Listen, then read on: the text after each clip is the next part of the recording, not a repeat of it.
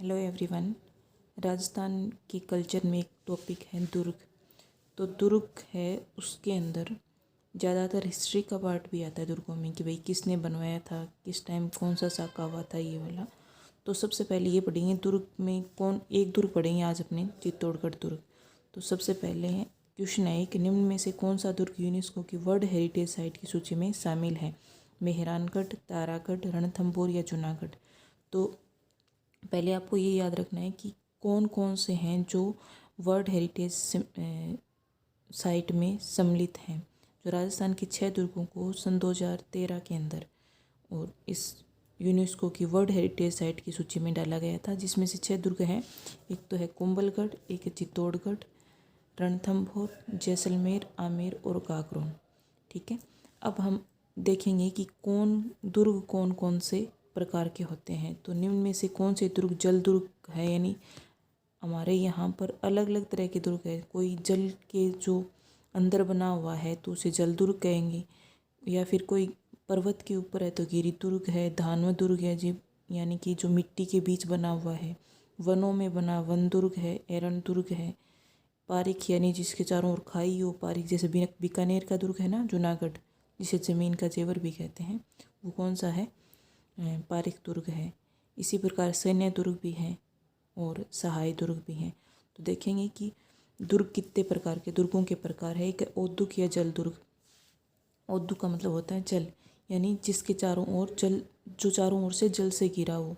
यानी हर दुर्ग को पानी की तो आवश्यकता होती है, तो वहाँ से कोई ना कोई नदियाँ या फिर निकलेगी ज़रूर, लेकिन जो बीच में बना है वो है औद्दुक या जल दुर्ग है। वो जल राशि के बीच जल से घिरा हुआ है चारों ओर से, वो है औद्दुक या जल दुर्ग। ठीक है, इसमें 2 है, एक तो गागरोन, एक है भैंसेरोटगढ़।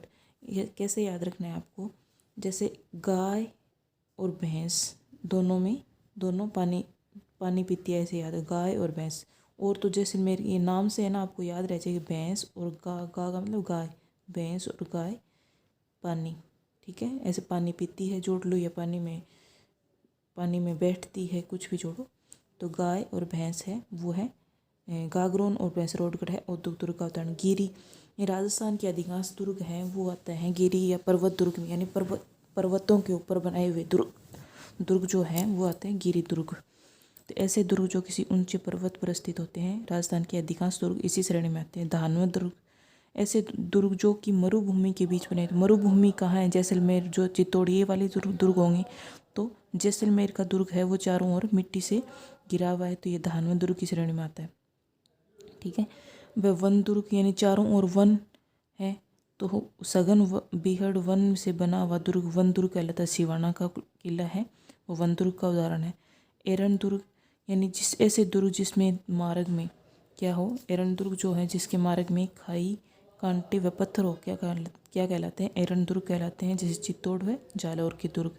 पारिक, यानी जिसके चारों ओर बड़ी खाई हो, पारिक है, ख से याद खाई याद रख लेना, पारिक यानी खाई हो। तो कौन सा है? भरतपुर का और बीकानेर का। भरतपुर का जो दुर्ग है लोहागढ़, और बीकानेर का जूनागढ़। बीकानेर का जूनागढ़ है वो ज़मीन पे बना हुआ है, लेकिन इसके चारों ओर खाई है, तो इसे ज़मीन पे बना हुआ है, तो इसे ज़मीन का जेवर कहते हैं। पारिद मतलब चारों ओर जो दीवारें हैं ना, परकोटा, वो क्या है? बना हुआ। तो इसमें चित्तौड़ और जैसलमेर का दुर्ग है।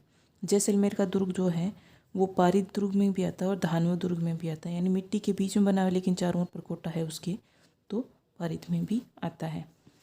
तीसरा 8वां है सैन्य दुर्ग। ऐसे दुर्ग जिसमें युद्ध की व्यू रचना में चतुर सैनिक रहते हो, और सभी दुर्गों में सबसे श्रेष्ठ दुर्ग तो है वो है सैन्य दुर्ग। सहाय दुर्ग, ऐसे दुर्ग जो सूरवीर एवं सदा रहने वाले बांधव निवास करते हों, वह सहाय